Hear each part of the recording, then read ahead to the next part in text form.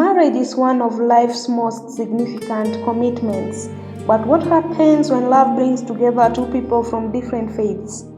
Can a Christian and a Muslim build a successful family while remaining true to their beliefs?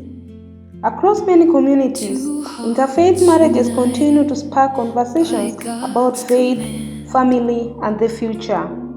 For Christians, marriage is not only a union between two people, but also a covenant before God.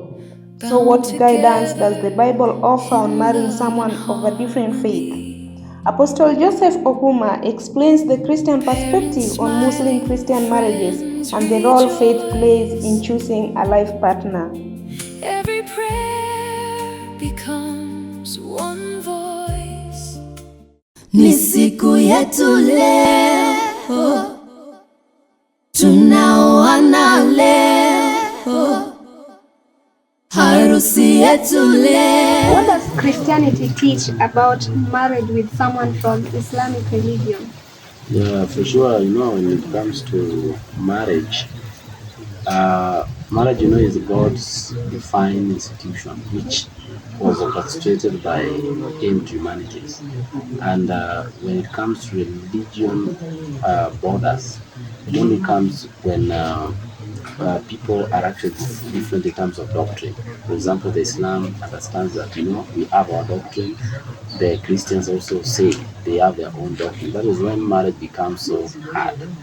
But when it comes to God's original plan, anybody can marry anybody. For example, if you are Hassan, you can marry Mary, or you can marry. But when it comes to religion borders, is when we say the Islam cannot be married with Christianity, because there are doctrines which perhaps they don't come together to conciliate with. They don't actually come into conciliation with some doctrines. So to me, what I can say, it is not wrong. But when it comes to doctrinal differences, is when now people say, you cannot marry so and so because you don't agree with so and so. And to add on this, I one day met a certain lady who told me that she's quoting an Islam, and Islam has told her that you can just go to your church. I'll go to my Islam. What will make us run together is that we agree on certain principles, that we're married and we move on with our life. So I was even stranded. I asked myself, how is it working? But I came to the realization that when it comes to marriage concept, when God initiates marriage, it does not bring borders. Okay, do you think Christianity allows such marriage? And if yes, why or why not? Yeah, now coming to that aspect is that when you define the scriptural framework, when you go to the roadmap of Christianity, is always attached to Bible. Now, when you read the book of Genesis 24, we are finding the prescription how Abraham really engaged the person that was supposed to bring Isaac, the wife, Rebecca, and the kind of guideline Abraham gave. Number one, the person should come from within their lineage, should be somebody that is from the lineage which he comes from. And then number two, the person should actually have the background understanding of the covenant of God. Those kind of parameters that he gave to the guy in Genesis 24 were actually the framework that most of the Christians do use up today.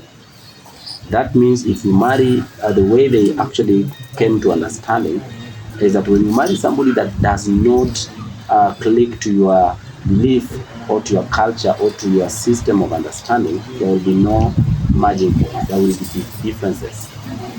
That's how they do. Number two, Ezra chapter number 9, you find that Ezra really came with a condition, because there's a condition that Moses was given, and Ezra echoed it and said that now Israelites should not marry any foreigner.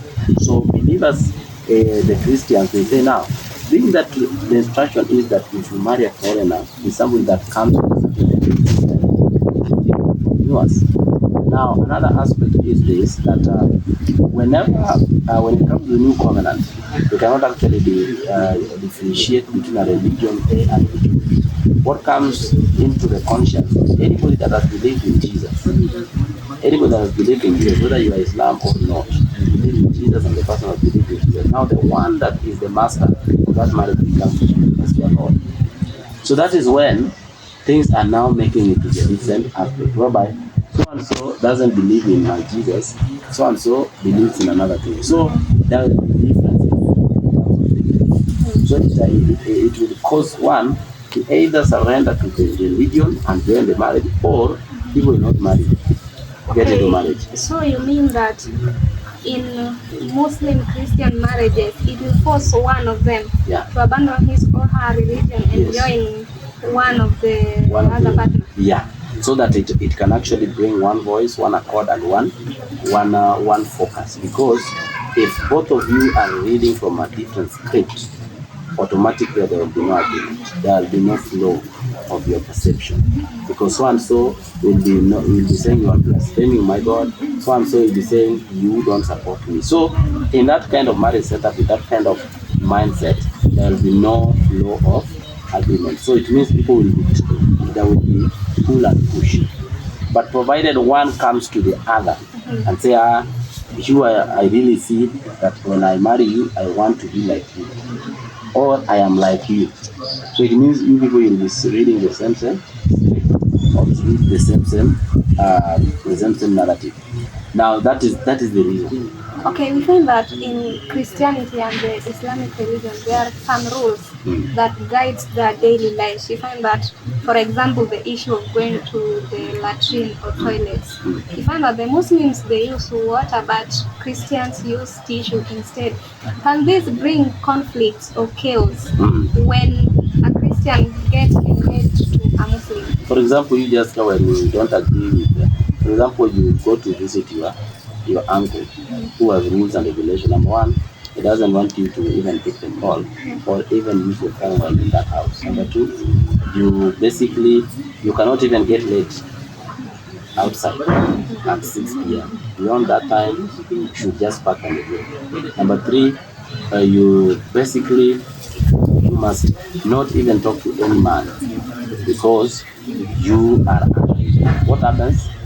If you feel like those kind of regulations cannot work with you, you will actually feel unfree to stay in that place. The same happens to the belief system. So this loves going to the toilet with that kind of a the other one loves it. Now, here people will not be agreeing. But there is conflict of interest, there is communication. That means that marriage will not even go far. So these are part of those things that must be aligned to that. Meaning, I believe in this, and these are my principles. You believe in this, and these are your principles. Can this principle come into a merger? If they can't, whether you try to get into marriage because of some factors, you'll end up divorcing or parting ways, because there's no common ground that makes your agreement come together. Okay, thank you for such a wonderful elaboration. And do you think that faith and religious beliefs matter most when choosing partners? Yeah, because I really said something when I was beginning that when God created humanity for marriage, He never defined religion. But because of beliefs, people came up with some doctrines that differentiate them from others. So that's why we have a common denominator called faith. Now the faith is how I perceive something. To me, how I perceive God may be different from how you perceive it. Sometimes you trust on the wood as your God. Me, I don't trust on the wood. So when we come to the agreement, it will not. So it means faith and religion, it is basically bringing the difference in terms of marriage. When you want to talk about marriage in terms, because to me, I cannot actually say the Islam person is not good, because I've seen a lot of people get into marriage with Islam, and at the end of the day, they have made a good family. There are people that have crossed over from Christianity to marry the Islam, and they have lived a good, because when it comes to marriage, it's a decision of two people. They can decide that, let me leave Islam, you leave let me join your Christianity, then we live there. So what exactly is happening is that the faith aspect, if it is based on some things which are not bringing our environment of communication to be one, it will not lead us to a good marriage. It will not even lead us to marriage. Okay, and what do you think that such marriages, or what are the challenges that come such marriages? Yeah, the challenges are going to be there because there is an influence that is imputed in each other. For example, when you are growing up in Islam, you started learning the culture of Islam while young, and that's why they call it class. Now, the person in Christianity started learning Christianity, these Christian principles, while in Sunday school or while in Saturday school. They have got different cadres depending on which denomination you belong to. There are those who call it Sunday school, there are those who call children ministry, there are those who call, for example, SBA is an MBE. Yeah. So these people, they grow with a different perspective from the other end. So at the end of the day, making them to come together for marriage, it will not be easy to walk on the path because they have grown differently. It's like, for example, you've grown in Migori, another person has grown in Kisumu. The person in Migori and in Kisumu, they can speak the same language. As far as they come from the same region, they cannot actually say, what is affecting Migori is affecting us similarly in Kisumu. It is not the same. So the same to that. The challenge that is coming, there will be no coexistence. People will not live in harmony in that marriage. Number two, there will be what is called pull and push. Debates will be coming. To me, I believe in this. You believe in that. People will not be speaking the same language. So there is going to be language difference. And McHugh and we must operate in the same standard doctrine. That will make us to live together as a family. Okay, thank you very much for that. And you, as an apostle in the Christianity or Christian, you decline it at all costs? To me, based on my understanding that, being that I've actually commensurated or measured the doctrine that are in the Islam, to find out that there are things, perhaps, which undermines the faith that I have. So anybody that is in line with my faith, I'll only encourage you more hard to go for somebody that they can speak the same language. Because if I encourage the person, now you can actually go marry, because I said initially that marriage is God's plan to humanity. But now when it comes to belief system that I have, I believe in Christ. And there are things that perhaps Islam does in my belief is different. Number one, on the other end, to my side, women can preach or do the ministry work. To the other side, women don't talk. Women are brought down. So it means, if, for example, my daughter or anybody that I preach to goes to that side of marriage, you see that?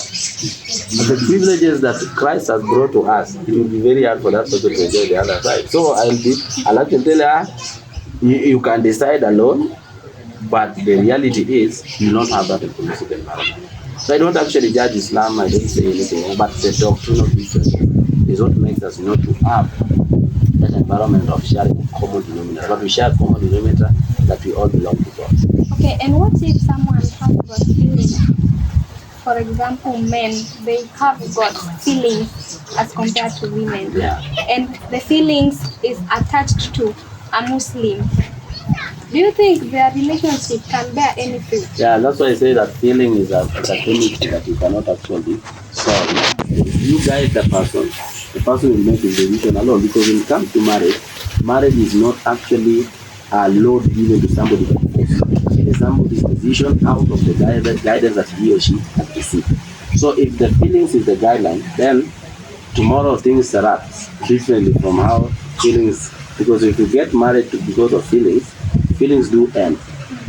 For example, you get married to a person because of beauty. This person now she has given birth to 2 or 3 children. That kind of beauty that she had disappeared. So feeling should not be the guide. The guide should be how lasting is this marriage going to have? Because you can get in because of feeling, and at the end things goes differently. So it means what I can actually say is that I would like to tell somebody that I'm feeling, you must be guided, so that feeling of yours will not end you in a wrong direction. Okay, and as we continue with this discussion, what is it, or what advice can you give to the viewers who might be watching and have been facing challenges in regards to their feelings? Because we find that they may fall in love with a Muslim, or a Muslim may fall in love with a Christian, one way or the other. What advice can you give to them? Yeah, the advice that I can give unto them is that anytime you make a decision, make it with a sound mind of knowledge, understanding, and wisdom. Because those 3 pillars make decision to be never underlined as a regretting decision. That is number one. Number two, you actually need to evaluate what areas can you come together and meet. If the meeting point is not there, then make sure that you don't go on with that kind of marriage, because go on engaging into that marriage. I'm not talking to people that have gotten into marriage, because once you've gotten into marriage, the kingdom of God or God's kingdom really says that you are already in the yoke. So what I can tell those who want to get into marriage, make sure you evaluate, is whatever we are going to get into going to make us to have more peace, or going to make us to have more harm. Then number three, when it comes to marriage, it's a long-term thing. Anytime you're married and you leave, the tag that you will have is that whether you like it or not. So it means anytime you're making that such decision, make sure that you know it's a long-term thing. So engage the mentees, engage people that have gone ahead of you, so that you can get to understand what it takes to make a good and positive decision to your life. Okay, thank you very much. And for our esteemed viewers, that's all that the Christianity teaches about Christian-Muslim marriage. And to you, whatever I can say is make your decision wisely. Do not jump into conclusions, because love is there and it exists. It comes with a lot of feelings. Try to control your feelings for you not to end in a wrong place, because when it comes to religion matters, there are some various things that some religions like the Christianity and Muslims or the Islamic religion doesn't allow. So choose your partner wisely, because any decision made, it will come with challenges and the side effects. So for you to fall on a safer side, stay focused and be guided. Understanding both sides of the conversation is essential in exploring interfaith marriage. From the Islamic perspective, marriage is not only a social bond, but also a religious commitment guided by the teachings of the Quran and the Sunnah. Imam shares Islam's position on Muslim-Christian marriages, the conditions surrounding them, and how faith shapes family life. Naam, Uislamu inasema si kila mwanamke ambao kwamba si Muislamu anafaa kuoleka, bali wanafaa kuoleka ambao kwamba si Waislamu, ni katika wale ahlul kitab. Na ahlul kitab wanazuoni anasema ima munasara ama muyahudi.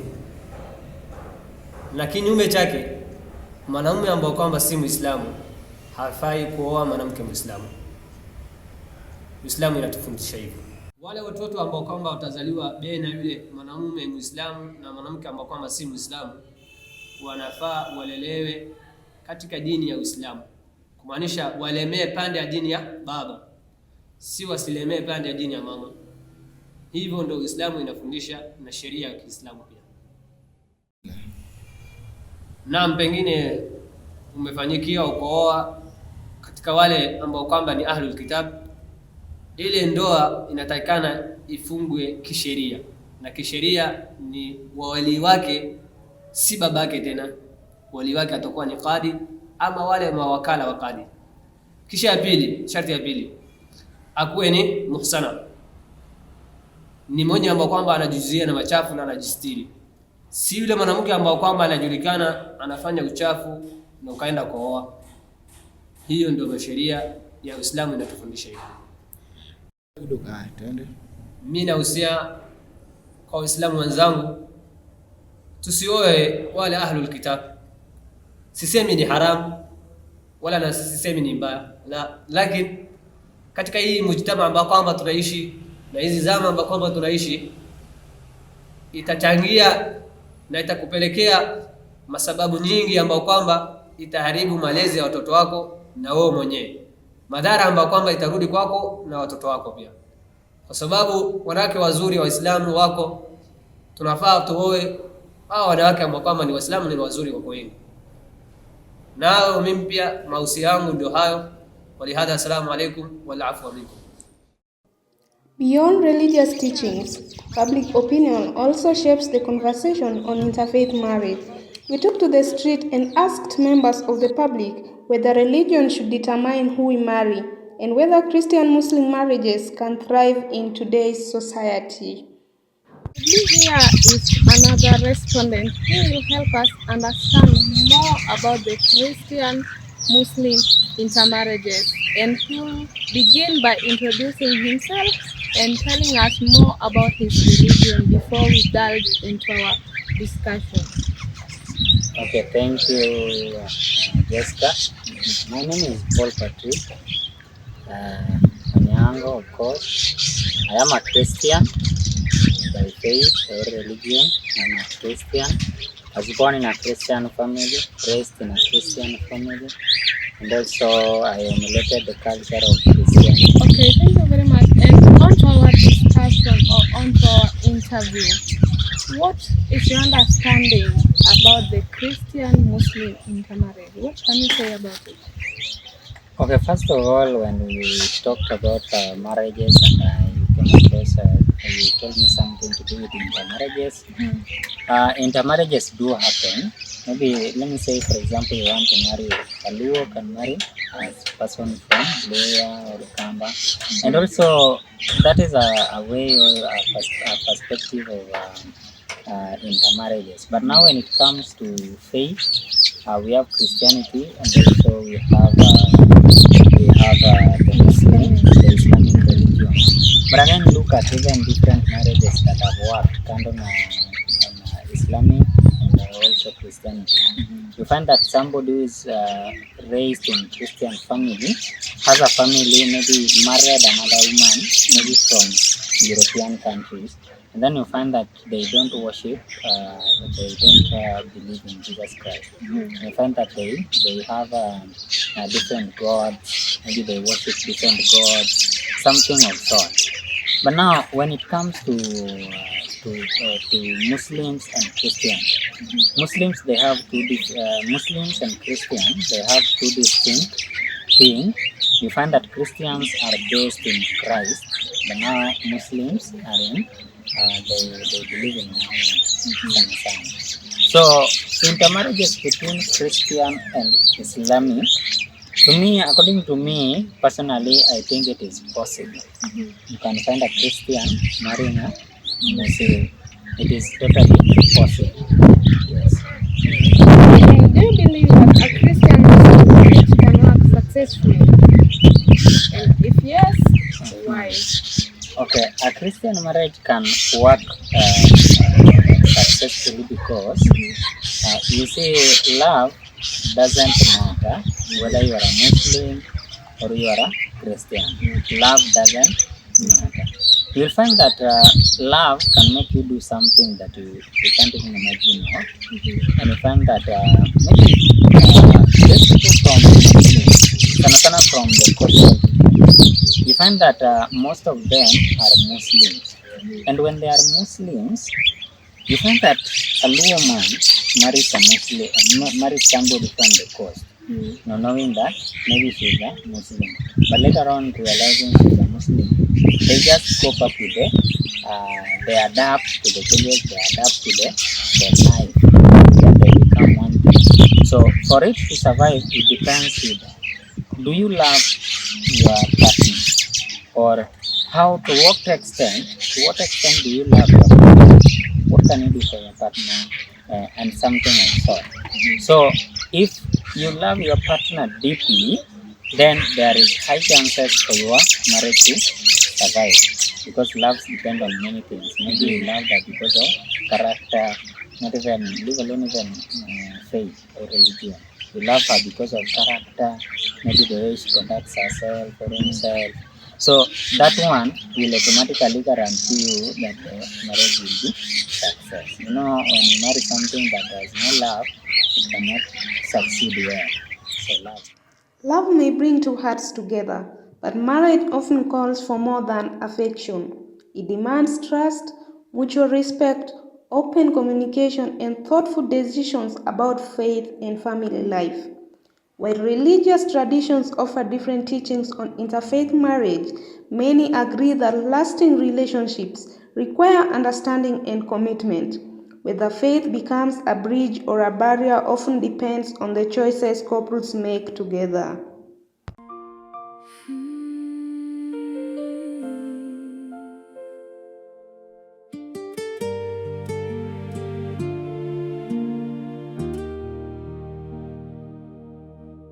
Today we gather hand in hand,